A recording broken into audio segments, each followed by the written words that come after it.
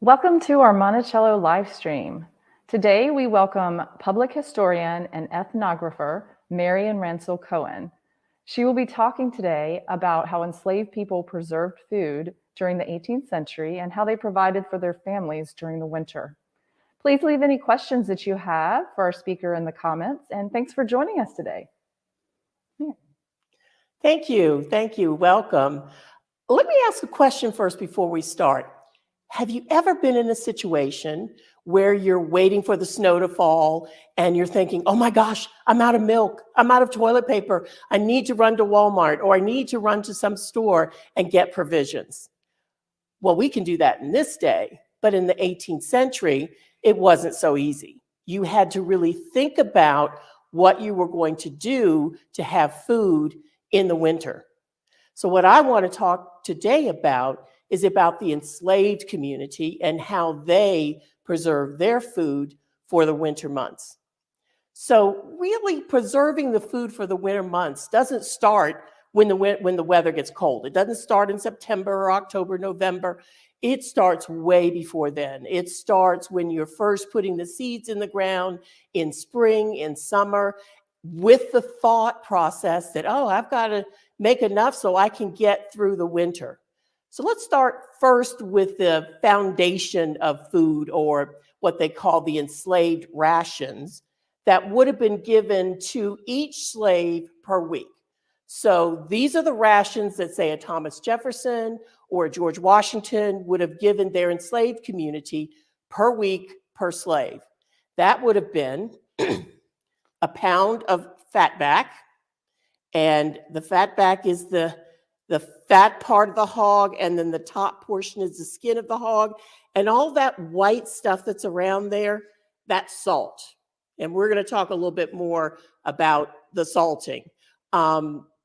This pork, they call it fatback, or they also call it salted pork, because you can see that all the salt is there. The other thing that they were given was 4 cups of cornmeal. Now, actually, this is true. This was ground at the grist mill at Mount Vernon, so this is exactly how it would look.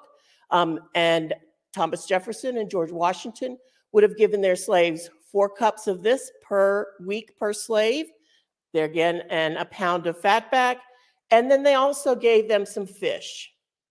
This is salted herring. Salted herring comes in different sizes, some small, some are little. This almost looks like anchovies, but it's really salted herring. So that was the basis of the food that was given to the enslaved community all year long, whether it was spring, summer, fall, winter, that's what they're getting. That's not enough food, though. Even if you're talking about the winter time, it's not enough food. So what did they do to bring more food to the table? What did the moms and dads do to be able to take care of their family during the winter months? Well, in the summer, or the spring and the summer, the enslaved community would work from sunup to sundown 6 days a week. So here at Monticello or Mount Vernon or wherever you were enslaved, you worked from can to can't, as they said. Can't work because the sun's come up, can work because the sun's gone down. Can work because the sun's gone up, can't work because the sun's gone down. So in the summer, that could be anywhere from, 6 o'clock in the morning until 8 or 9 o'clock at night. Then you come back to your cabin, and this is where you have to start to really do the things that you need to prepare yourself to go into the winter months. And what you do is, most slave owners allowed their enslaved community to have their own slave gardens. And those gardens were near their cabins, and they would have seeds, and they would grow their own vegetables and different things, so that would get them through the winter months. So what kind of things would they grow in their gardens? Well, you got to remember, they're going to grow things that they know that they can preserve. So the 3 ways that people preserved things in the 18th century was drying, was salting, or pickling. So we're going to basically talk about the drying and the salting as a method of preserving food that the enslaved community would have had for the winter. So remember, they're putting things into the ground that they know that when they harvest, they can then use for the winter months. So some of the things, sweet potatoes. These are yams from Ghana. Other things would have been turnip. They would have made lots of beans like black-eyed peas, fava beans, peanuts. They would have done some herbs. I've got some rosemary and thyme and sage in here, pumpkins, squash, sesame seeds. All of those things they would have grown in their garden. Now, why would they grow these things, these specific things in their garden? Well, it's simple. Like I said, they're easy to preserve. They're easy to carry you into the 3 or 4 months of winter when you can't go out in the forest and forage for berries and nuts or watercress, which were greens that grew out in the woods. So you've got to be able to get the provisions ready for winter. So if you grew sweet potatoes, you harvest those. And it's an interesting thing that the enslaved community knew that, and a lot of whites, poor whites, knew that using the ground as a way to keep or preserve food was a good way to do it. So the enslaved community would have dug a hole in their cabin, and they would have gotten into the dirt, into the dirt in their cabin, and they would have stored precious things in what they call a root cellar. And they would put a board or whatever on top of it. And that would be a place that they would keep very special objects, things that were important to them. So some of the things that were important to them were sweet potatoes, because this is something that's going to keep you through the winter months. Also, turnips. You get these, you can cut all this up and put into a stew. We have the black-eyed peas. Now, black-eyed peas, when they're harvested, and if they're kept in a dry place, they'll stay good for a year. So think about it. That's going to keep you through the winter months, having something like black-eyed peas. Now it's a staple. It's Southern food, definitely. I know that my family, being African-American, every New Year's, you got to eat your black-eyed peas so you can have luck in the rest of the year. So this is some of the beans that they grew. Also, they grew fava beans. And I have one here, and you open it up, and you see this bean is pretty big. And so one of the ways that they preserved the fava beans was to let it dry out. Just like with the black-eyed peas, if you keep it away from moisture, it will last a very long time. Also, other beans would have been lima beans. There was a lot of lima beans grown by the African-American community that was enslaved. The other thing, and this is what I find just absolutely fascinating, they would grow a lot of cabbage. And if you were to grow cabbage and harvest it right before the first frost, so maybe before October, late October, first part of November. So you harvest this cabbage. You take all the surrounding leaves that are kind of sprouting out. So you have a nice head of cabbage like this. Usually you're going to have a stem on it. We've cut the stem off, but usually you're going to have a stem on it. So how are you going to preserve cabbage to last you until the winter months are over? Well, what they did was they would dig a hole, and they would put the cabbage in the hole and have the stem out and pack very tightly the dirt around the stem. And keeping this cabbage in that hole, wrapped with all of that wonderful soil and the stem hanging out, is a good way to preserve it. As long as you can keep the moisture out, if you had something like sand or sawdust, that's even a good thing to keep the moisture out. Keeping the moisture out helped to preserve things through the winter. So when they were ready to eat something, they just took the stem, popped the cabbage out of the ground, cut it up, and used it. Another way that they preserve the cabbage is just to slice it up real thin, almost like you're doing little strips of vegetables. So you just cut it up really, really small. And then you set it out and you let the sun dry it. And so the sun would dry it, and then you would put it up into a a container, something like this, earthenware, and keep it in there. As long as you kept it dry and kept moisture out of it, you could use it. And then when you're ready to use it, you would just put those cabbage strips into your pot, and you could make a soup or stew or something like that. The other interesting things about what was grown in the enslaved garden were a lot of things that came from Africa. We know that okra came from Africa. We know black-eyed peas came from Africa. We know that sesame seed came from Africa. And the culture within the African American community, the enslaved community, was one of communal living. It was a little for one makes a lot for all. A little for one makes a lot for all.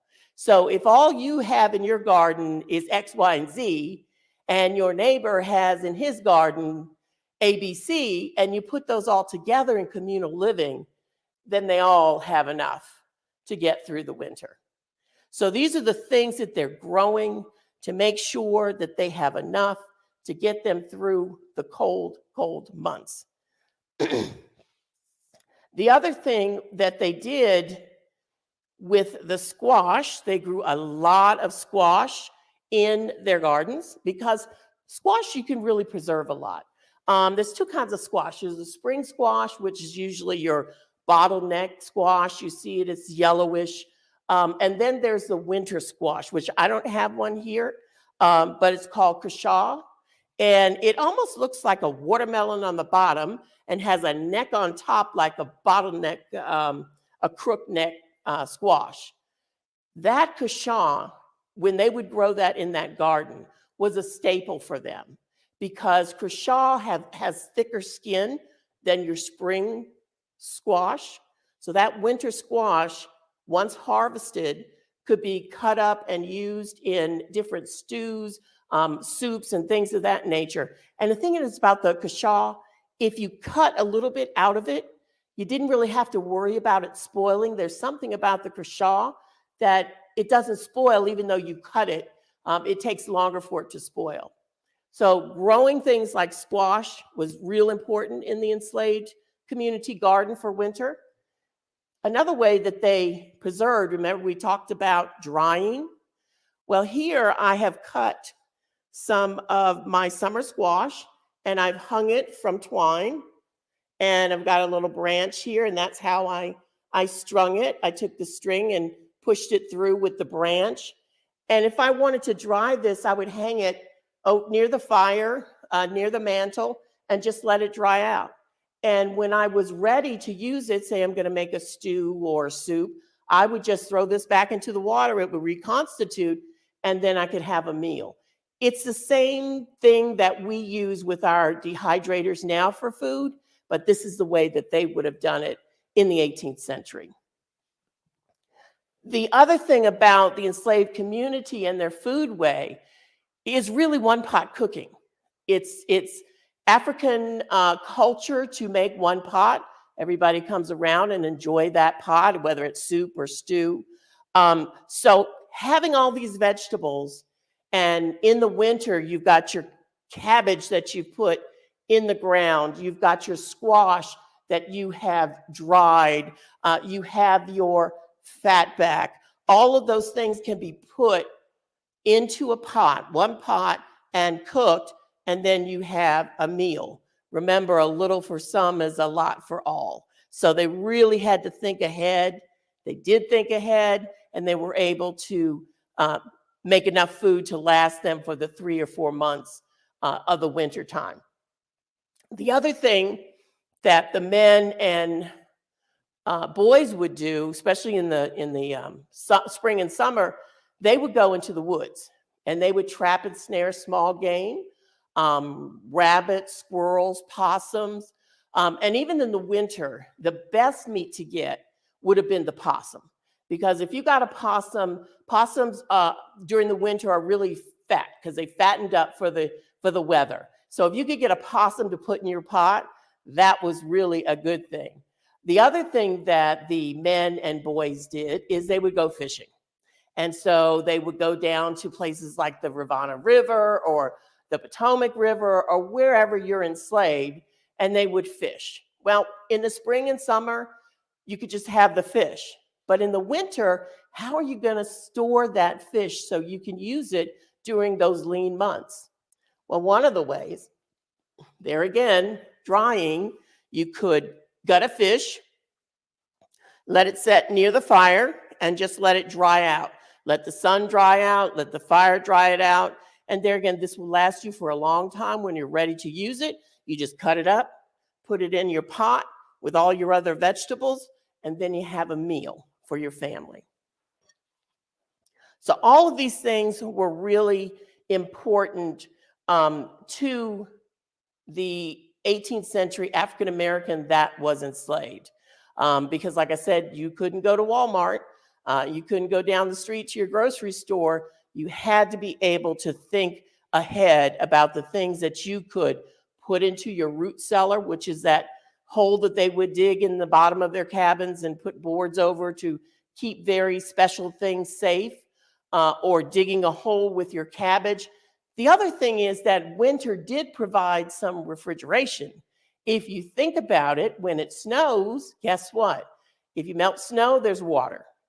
If you put something in the snow, in a snowbank, it's going to keep it cool and keep it longer. So it's all of those things that you're thinking about, your drying, your salting, and your pickling. Now, I don't see a whole lot of references to African-American enslavement, enslaved persons using pickling. They could have, if they had vinegar or had access to that. But the main methods were really going to be your drying and your salting. So let's get back to the salt here with this salt pork. Pork in the 18th century was really important, whether you were enslaved or whether you were a Thomas Jefferson. So when the months start to get cool, say October, well into December, you would have hog killing time. And the enslaved men would do the hog killing. And this is the time when they would get the hams and they would put them in the smokehouse, there again, smoking it. And that would be part of the provisions for Thomas Jefferson and his family. It was a sign of wealth for gentry if they could have a ham on their table every day. So for the enslaved community, they would be given the lesser cuts. So they would be given things like chitlins, which are the intestines of the hog, or they would, as their ration, they would get a pound of salted pork each week. So how you salt this? Well, I did this last night, and I used my jar here, but usually they would have big wooden barrels, and they would fill the bottom of the barrel with salt. Then they would pack this pork, this fatback or salted pork, into the bottom of the keg, and then have that filled there. Put some more salt on top of that. Put some more meat on top of that, and just keep layering it until you got to the top. Before then, they would have also boiled a little bit of water with salt in it to make a brine. And they would take that brine and they would pour the brine on top of the pork that you've already salted and put a lid on it and make sure it was tight. That would keep this salted pork well into the winter to be able to give to your enslaved community. So with this salted pork was a good way to salt your meat, your vegetables if you're making a stew or you're making a soup, but there is a lot of salt in here. So you are going to, in some cases, you may put it in water and try to get some of the salt off of it. You could use it the way it is now, but if you get some of that salt off, it's better. And you can see the salt that's on my hand. But salting is definitely a good way to preserve your pork. The other reason that pork was good is because it's easier to preserve than if you try to preserve beef. So salting and preserving your pork and using that to feed to your enslaved community was in their minds an efficient way to give rations to the enslaved community. But if you look at the rations that we have here, it really isn't enough. So it's good that they also could go and then raise in their garden vegetables and things that they could put in one pot and cook. One of the things that they did with their cornmeal is they would take the cornmeal and have some hot water, and they would mix it up. And it's almost like making cornbread that we like, minus sugar, the salt, and the taste. Then you'd have what we call an ash cake or a hoe cake. Here's a hoe blade, a broad hoe. So in the fields, when the enslaved community are working and it's time to take their midday fare, they could take some of this cornmeal made into a dough and use this broad hoe to be able to cook their hoe cake on top of it. So the dough goes on the hoe cake, the hoe blade, ashes go on top of the dough, and then you have an ash cake or a hoe cake. So if you make this in your hearth in your house or in your cabin, then they call it ash cake, but it's really the same thing. This would have been a staple of the enslaved community.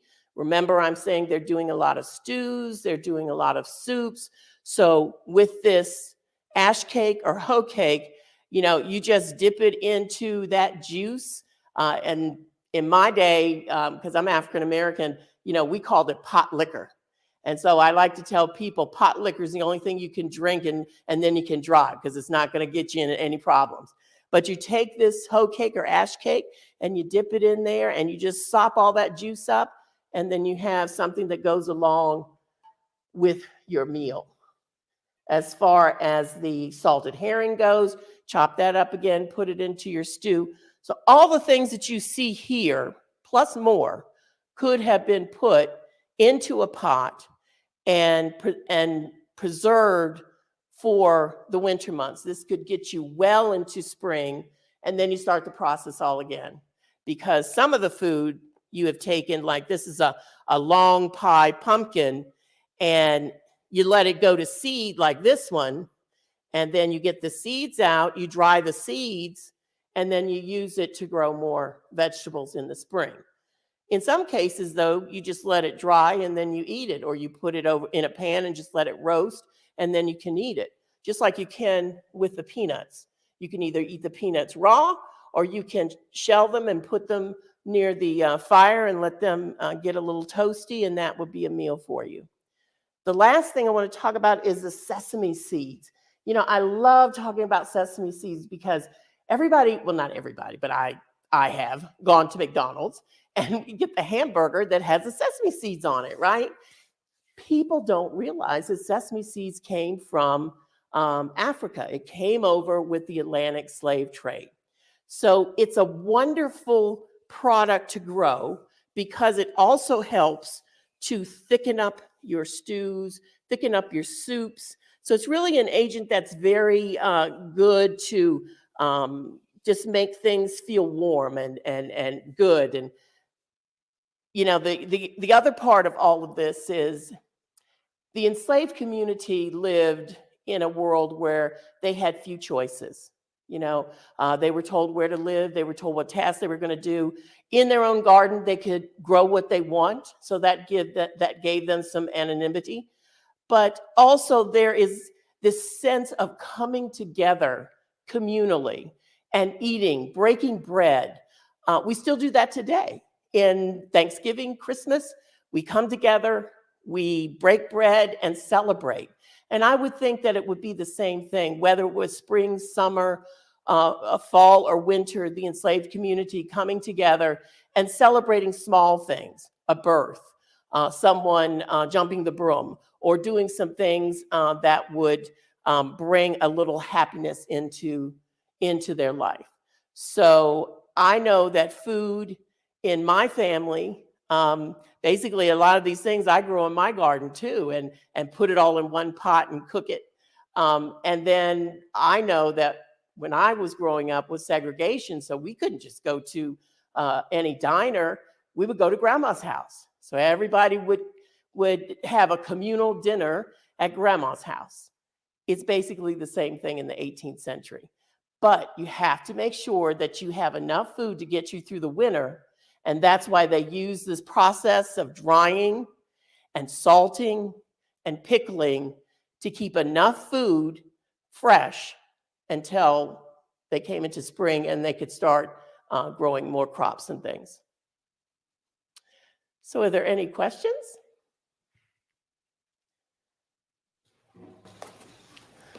Yeah. Great. Thank you so much. That was fascinating. We do have a few questions from some of the people that are watching our live stream.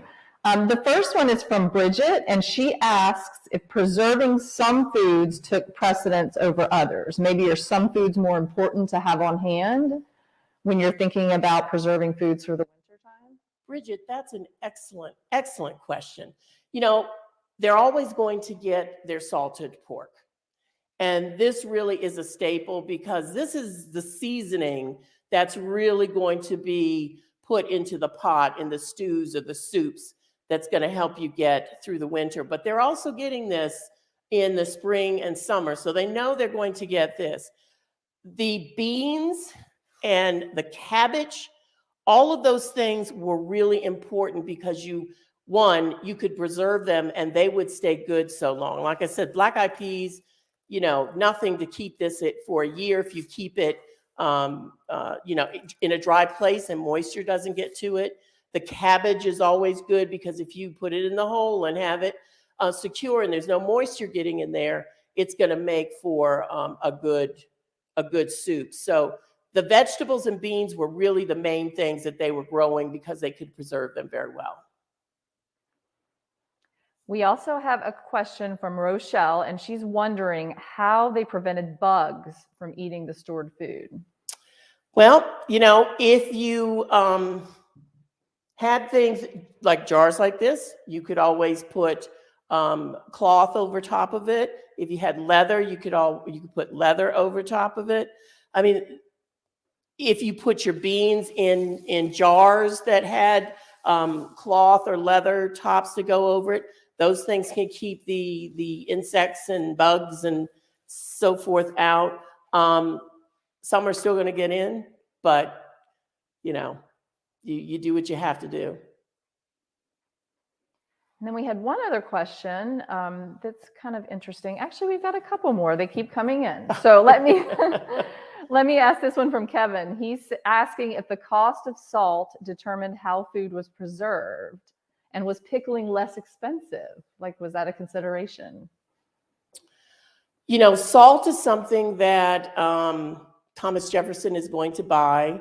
Then you have the vinegar. In my opinion, the salt would have been probably the cheaper way to go. And sometimes the vinegar can have a little bitter taste to it, more so than if you put salt.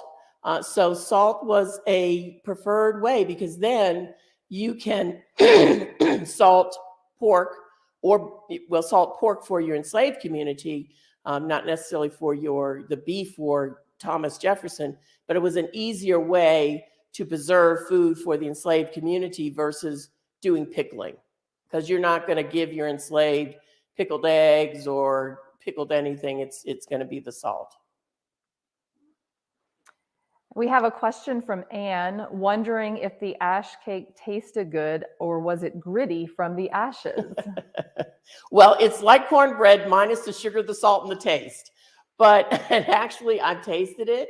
What they would do is try to get as much ash off it as you can. But you know, now we know that charcoal is good for us. I mean, we're brushing our teeth with charcoal. They did that in the 18th century, and now it's coming back full circle. We're doing it now. So having ash on there really wouldn't have bothered them because they're dipping it into their soup or their stews, and it's loosening it up, and so it's going to have a good taste.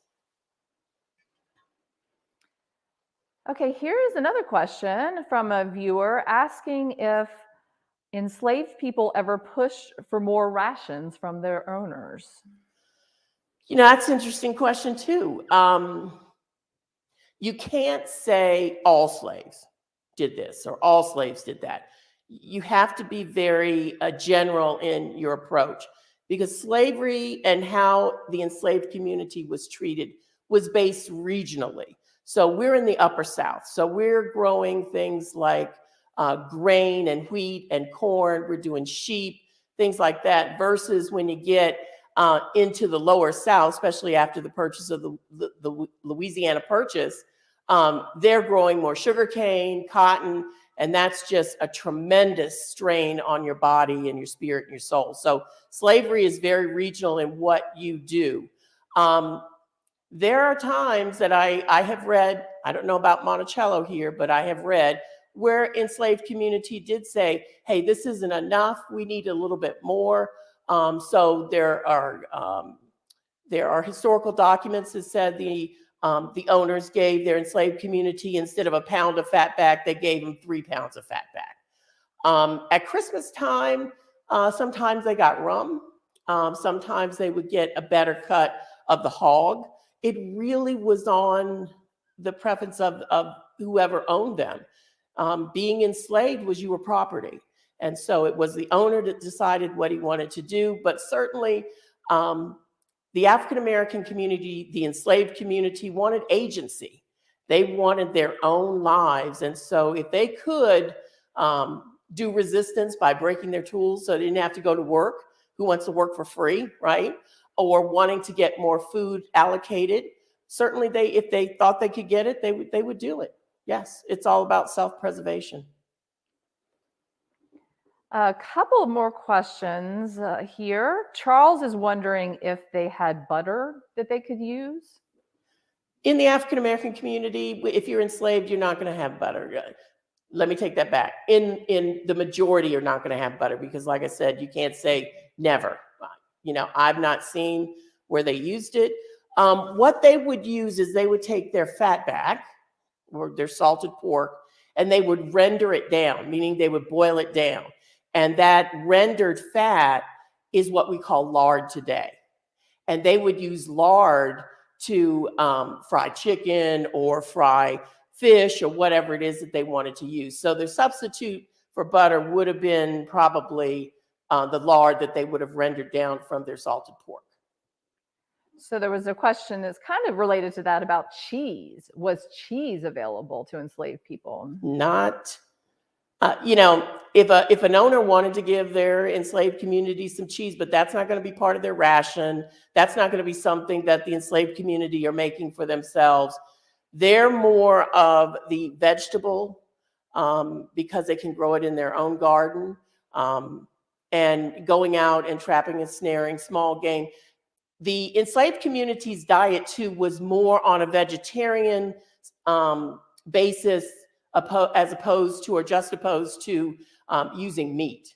So growing these things were really part of their historical narrative, and it's what they did. Okay, one more question from Karen asking if they could store poultry for long-term use. Is there a lot of poultry? You know, you can store anything in the snow. So if there's snow, yes, you could store things.